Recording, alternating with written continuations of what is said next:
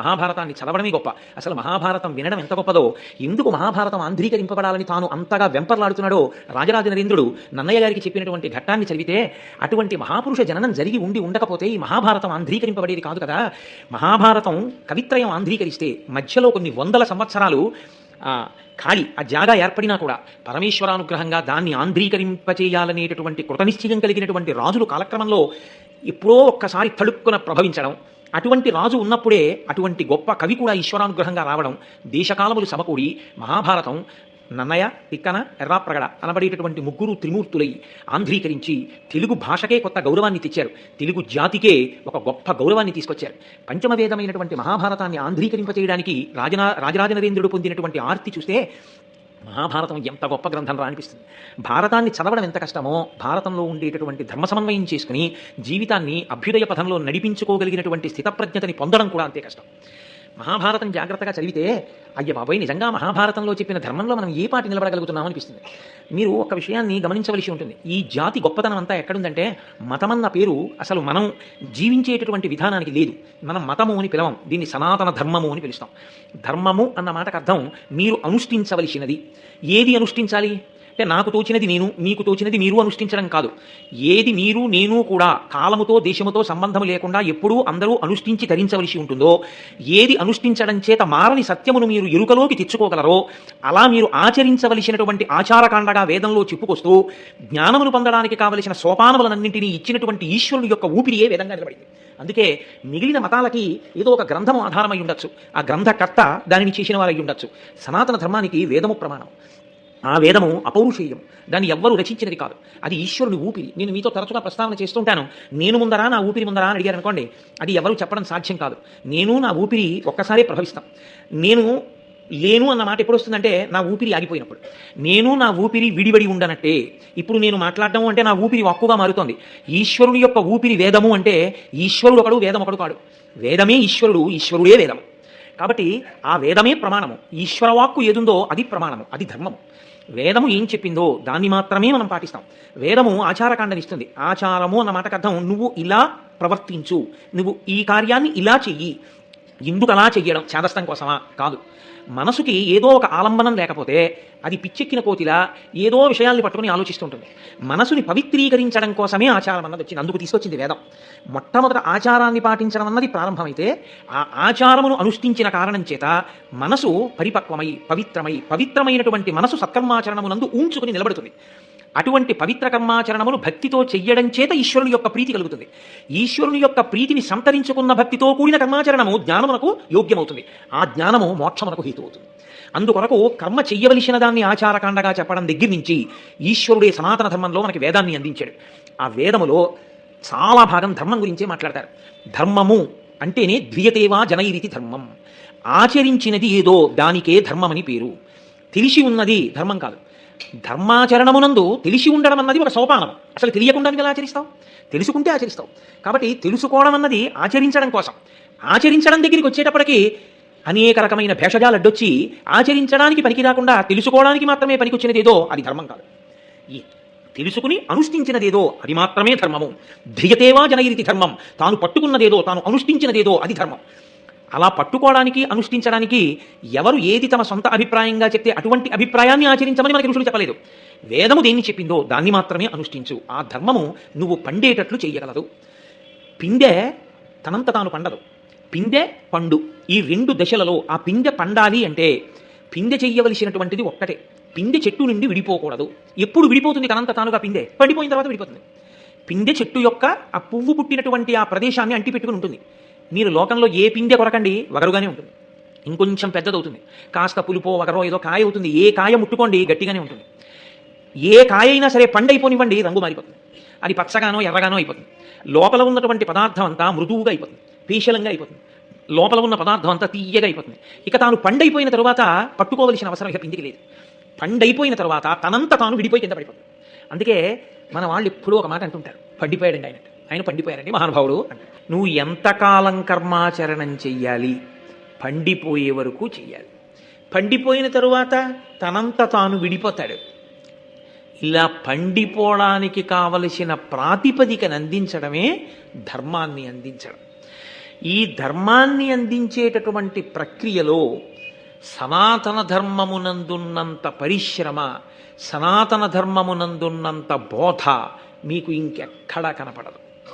దాని కొరకే యథార్థమునకు సమస్త వాంగ్మయం వచ్చింది. అందుకే మీరు క్రతువు చెయ్యండి, మీరు ఒక ప్రవచనం చెయ్యండి, మీరు ఏదైనా చదువుకోండి, ఆఖరణ మనందరం చెప్పే మాట ఒకటే, 3 మార్లు ఓం శాంతి శాంతి శాంతి.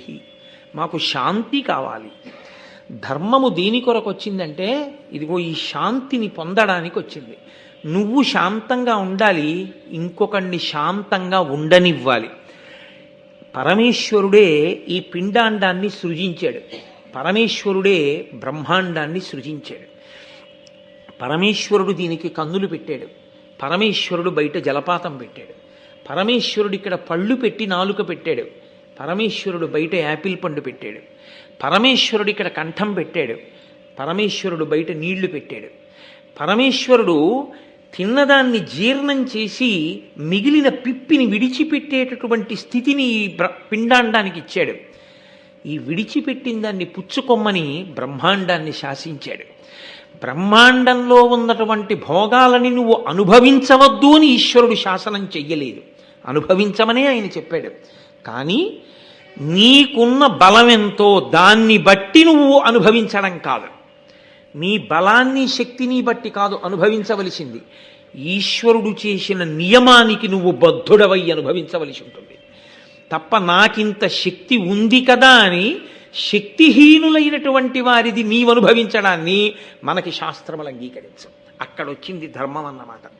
ఆ ధర్మం అన్న మాట లేకపోతే బలవంతుడైన వాడు బలహీనుడైన వాడిని కొట్టుకు తింటాడు. అందుకే ఈ ధర్మము అన్న మాట సనాతన ధర్మంలో ఎంత దూరం వరకు వెళ్ళిపోయిందో తెలుసా అండి?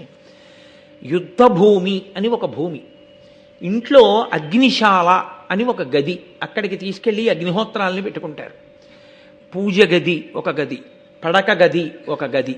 మీ ఇంట్లో మీరు విభాగం చేసుకున్నట్టే యుద్ధం చెయ్యవలసి వస్తే ఈ దేశంలో యుద్ధ భూమి అని వేరొక భూమిని నిర్ణయం చేశారు. అక్కడికి వెళ్ళి యుద్ధం చేసేవారు. యుద్ధ భూమి ఎక్కడ ఉండాలి? నగరం మధ్యలో ఉండేటటువంటి క్రీడా మైదానాన్ని తీసుకొచ్చి యుద్ధ భూమిగా వాడరు. యుద్ధ భూమి సామాన్యమైనటువంటి జనులు, జానపదులు, పిల్లలతో పాపలతో ప్రజలు ఉండే ప్రదేశాలు ఎక్కడుంటాయో అటువంటి నగరాలకి దూరంగా ఉన్న చోట ప్రత్యేకంగా యుద్ధం చేయడానికి వెళ్ళి నిలబడేవారు. ఆ యుద్ధం చేసేటప్పుడు వాడేటటువంటి అస్త్రశస్త్రములను ప్రయోగించడానికి కావలసిన విద్యని కూడా వేదమునకు ఒక భాగమైనటువంటి ధనుర్వేదం లోకానికి నేర్పింది. అది ఎవరు ధనుర్వేదాన్ని నేర్చుకుని ధర్మరక్షణ కొరకు పోరాటం చెయ్యాలో వాళ్ళకి ఆ ధనుర్వేదం నేర్పమంది. వాళ్ళు యుద్ధం చేసేటప్పుడు మాత్రం ఊరి మధ్యలో నిలబడి మిగిలిన వాళ్ళకి ఇబ్బంది కలగకుండా యుద్ధం చేసేవాళ్ళు ఊరి బయటికి వెళ్ళి యుద్ధ భూమిలో నిలబడి యుద్ధం చెయ్యండి. యుద్ధం కూడా సూర్యోదయాత్ పూర్వము కానీ సూర్యాస్తమయానంతరము కానీ యుద్ధము లేదు. మీరు మహాభారతాన్ని పరిశీలిస్తే వ్యాసభారతంలో ఒక అద్భుతమైన ఘట్టం.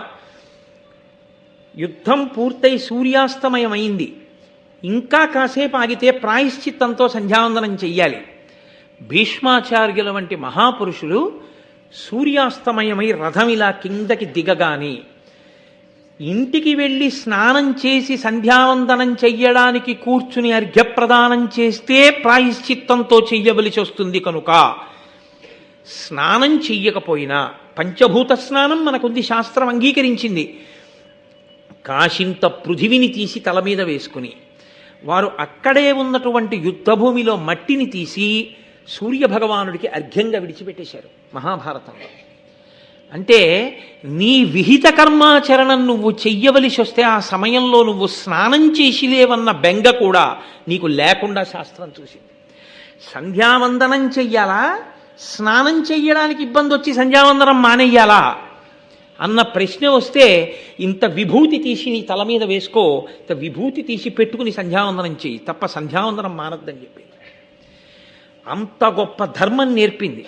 ఒక యుద్ధభూమికి వెడితే నగారా మోగించేవాడు ఉంటాడు, ఒక యుద్ధభూమికి వెడితే అందరికీ నీళ్లు అందించేవాడు ఉంటాడు. రాత్రి వీళ్ళు వచ్చేటప్పటికి శిబిరాల్లో అన్నం వండేవాళ్ళు ఉంటారు. వాళ్ళ జోలికి వెళ్ళి వాళ్ళని చంపకూడదు, పారిపోయేవాడిని చంపకూడదు, ధనస్సు విరిగి ఇంకో ధనస్సు పట్టుకుంటున్న వాడిని చంపకూడదు, విన్నిచ్చిన వాడిని చంపకూడదు, చుట్టూ నిలబడి అందరూ కలిసి ఒక్కడిని చంపకూడదు, యుద్ధం చెయ్యకుండా పరాకుగా ఉండి యుద్ధానికి విముఖుడై ఉన్నవాడి మీద బాణం వేసి చంపకూడదు, యుద్ధానికి తాను సిద్ధపడి ఎదురొడ్డి నిలబడిన వాడిని మాత్రమే చంపాలి. ఎక్కడున్నా ఇన్ని ధర్మాలు నాకు చెప్పండి. తరువాతి కాలంలో జరిగిన యుద్ధాలు మీకు తెలుసు. అమాయకులైనటువంటి ప్రజలు, ఏ పాపం తెలియని వాళ్ళు రాత్రుళ్ళు నిద్రపోతుంటే నగరాల మీద తీసుకొచ్చి బాంబులు వీసినటువంటి ఘనచరిత్ర మిగిలిన చోట్ల ఉంటే, యుద్ధభూమి యందు పాటించవలసిన ధర్మాన్ని కూడా చెప్పి అలాగే సంధ్యావందనం చేసి అలాగే యుద్ధం చేసినటువంటి జాతికి వారసత్వం మనది. అంత గొప్ప ధర్మం ఈ జాతిది. ప్రతి చోట ధర్మమే. ధర్మము తప్పి బ్రతకడం కన్నా ధర్మాచరణమునందు శరీరాన్ని విడిచిపెట్టడమే శ్రేయస్కరమని నమ్మి బతికారు. అంత గొప్పగా ధర్మ ప్రబోధం చేశారు.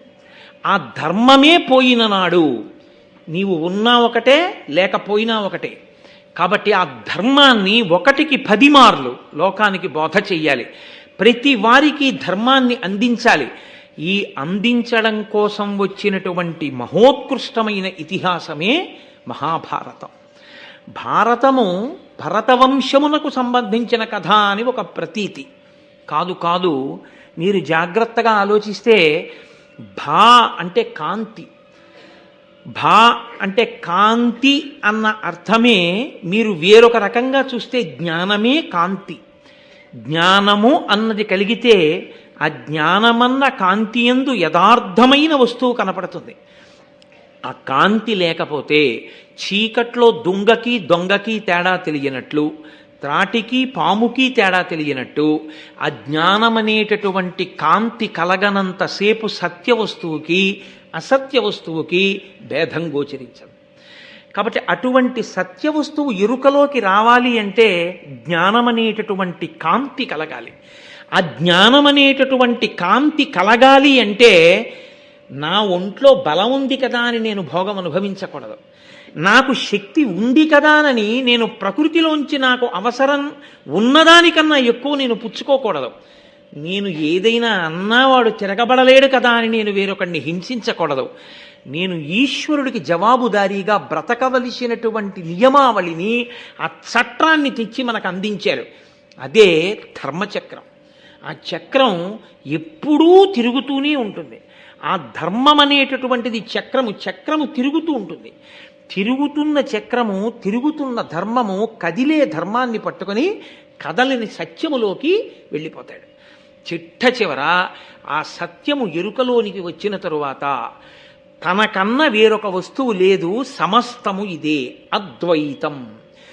రెండవ వస్తువు లేదు, ఉన్నదా ఒక్కటే అన్న ఎరుక కలిగిన తరువాత ఆ ఎరుక యందే నిలబడి ఈ శరీరాన్ని విడిచిపెట్టిన వాడెవడో వాడు మళ్ళీ పుట్టవలసినటువంటి అవసరం లేని స్థితికి వెళ్ళగలుగుతాడని ధర్మ ప్రబోధాన్ని చేసే కావ్యాలు, పురాణాలు. అందులో ఆ జ్ఞానమునందు రత అంటే రమించాలని కోరుకునేవాళ్ళు ఎవరున్నారో మాకు ఆ జ్ఞానము కావాలి, ఆ జ్ఞానమును పొందడానికి మేము ధర్మాన్ని ఆచరిస్తాం, మాకు ఆ ధర్మం తెలుసుకోవాలనుంది, మేము ధర్మాన్ని పట్టుకుంటాం అని కోరుకున్న వాళ్ళు ఎవరున్నారో అటువంటి వాళ్ళందరి కోసం ఆనాడు మహానుభావుడైనటువంటి వ్యాసుడు భారతాన్ని మనకి అందించాడు. ఆ భారతమే తదనంతర కాలంలో వ్యాస భగవానుని యొక్క ప్రతిరూపంగా ఎందరో మహాపురుషులు ఆనాటి నుండి ఈనాటి వరకు మహాభారత ఇతిహాసాన్ని లోకానికి ప్రవచన రూపంలో అందచేస్తూనే ఉన్నారు. అందుకే మహాభారత ప్రవచనం ఎక్కడ దొరుకుతుందో అక్కడ ప్రీతి పొందేవాడు పరమేశ్వరుడు కాదుట. ఎవరు ప్రీతి పొందుతాడో తెలుసా అండి? వ్యాస భగవానుడు ప్రీతి చెందుతాట. నేను నా జాతి ధర్మం పట్టుకుంటుందని, నా వారసులు జ్ఞానం కోసం అలమటిస్తారని, నేను అందించే ఈ ధర్మాన్ని వాళ్ళు పట్టుకుంటారని ఇంత గొప్ప గ్రంథాన్ని రచించి అందించాను. వీళ్ళు ఇంత సంతోషంతో భారతాన్ని చెప్పుకుంటున్నారు, వీళ్ళింత సంతోషంతో భారతాన్ని వింటున్నారని ఎక్కడెక్కడ భారతం మీద ప్రవచనం ప్రారంభమవుతుందో అక్కడక్కడ వ్యాస భగవానుడు ఏదో ఒక రూపంలో వచ్చి కూర్చుంటూనే ఉంటాడు. కాబట్టి అది వ్యాస భగవానుడు సంతోషిస్తే ఇంకంతకన్నా మన జీవితాలకి కావలసినటువంటి ఆ ఉత్కృష్టత, మన జీవితానికి సాఫల్యం ఇంకేముంటుంది మీరు ఆలోచించండి. అంత గొప్ప గ్రంథం, అంత గొప్ప ఇతిహాసం మనకి మహాభారతం.